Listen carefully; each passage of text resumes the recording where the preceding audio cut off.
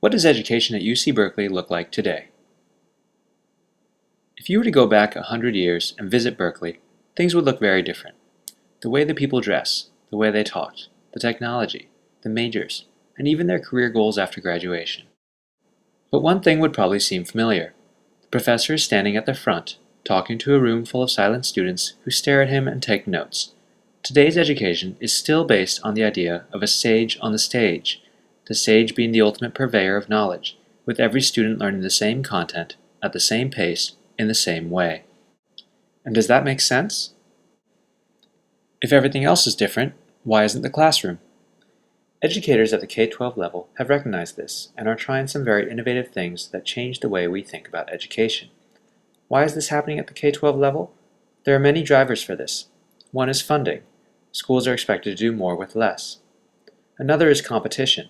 Schools recognize that students and parents have a choice and they must provide the best education possible. And finally, demand from students to innovate. More and more districts, charter organizations, and individual schools are looking for innovative ways to educate our children to prepare them for the uncertain future. The same change drivers are also affecting higher education, and we too will need to be innovative. That's not to say nothing is happening in higher ed. For example, many universities offer online courses, including MIT, Carnegie Mellon, Stanford, and Berkeley. But much more can be done than that. Simply having online courses is not innovative. Many schools turn to technology alone in order to innovate, but while technology can be an enabler of innovation, it is not innovation in and of itself. What is innovative is changing the way students learn.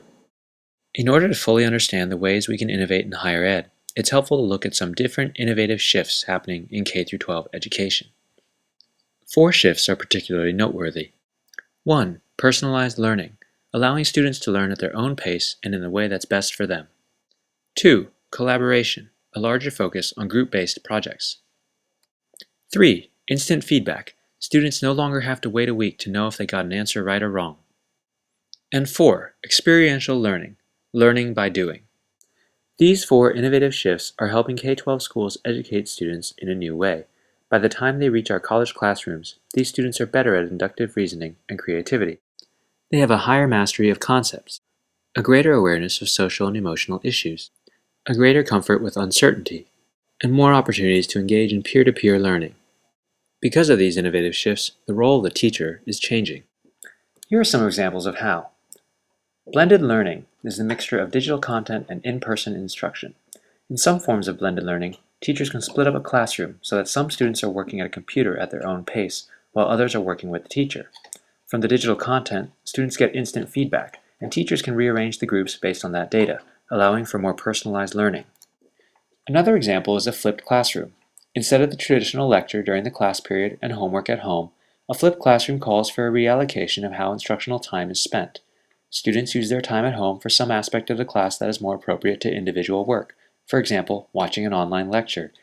Teachers then use the class period for activities that allow for more collaboration, peer-to-peer instruction, and group work. In essence, the classroom is flipped. Finally, flexible space. Many K-12 schools are creating flexible spaces within their buildings. Traditional classrooms with individual desks, all facing the front of the room, are conducive to a very traditional form of learning. Schools are realizing that in order to promote things like group work, collaboration, and experiential learning, the physical space of a classroom must be different. This includes large multifunctional spaces, tables that can be moved easily, rolling whiteboards, and other things that allow for flexibility of instruction within the classroom.